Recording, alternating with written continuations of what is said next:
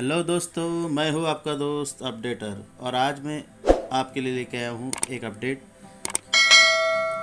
केंद्रीय विद्यालय में पहली क्लास के लिए एडमिशन के लिए लगने वाले दस्तावेज और उससे संबंधित जानकारी। सबसे पहले एडमिशन के लिए हम चलते हैं केंद्रीय विद्यालय की वेबसाइट kvsonlineadmission.kvs.gov.in। इसमें सबसे महत्वपूर्ण बात यह है कि बच्चे की उम्र 31/3/2020 को 5 वर्ष पूरी होनी चाहिए। यहाँ पर हर प्रकार के एडमिशन के लिए भिन्न भिन्न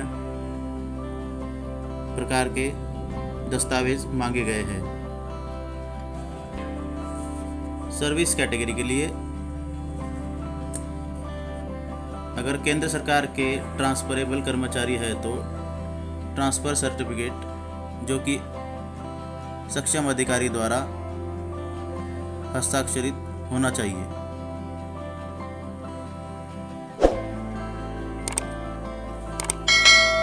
तथा जो स्थानांतरण लिखे हुए हैं उसे सक्षम अधिकारी के द्वारा प्रति हस्ताक्षर यानी काउंटर साइन किया हुआ होना चाहिए।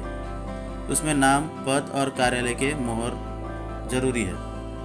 अगर राज्य सरकार के कर्मचारी है तो उन्हें सर्विस सर्टिफिकेट की आवश्यकता है। अपने कार्यालय के अध्यक्ष के हस्ताक्षर, नाम, पद और कार्यालय की मोहर सहित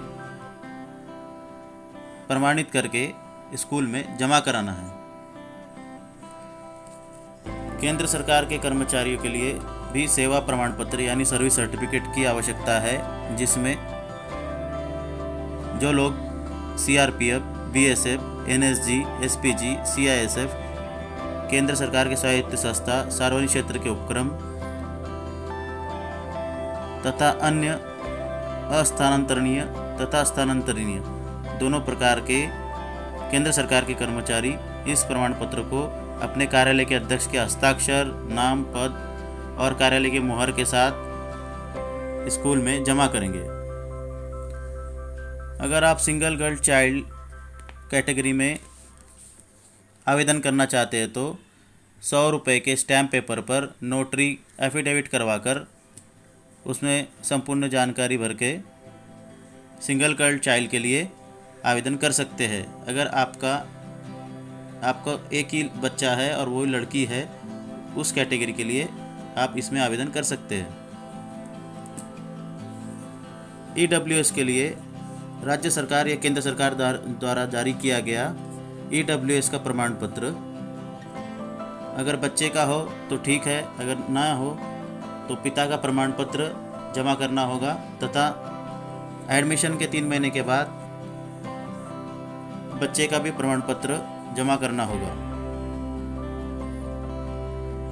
आरटी कैटेगरी के लिए self declaration for distance between school and residence, घर से स्कूल की दूरी का एक सेल्फ डिक्लेरेशन माता या पिता को इस प्रकार के प्रोफार्मा में जमा करना होगा। इसके अंतर्गत मेट्रो शहरों में स्कूल से घर की दूरी 5 किलोमीटर के अंतर्गत तथा अन्य शहरों के लिए 8 किलोमीटर की दूरी तय की गई है।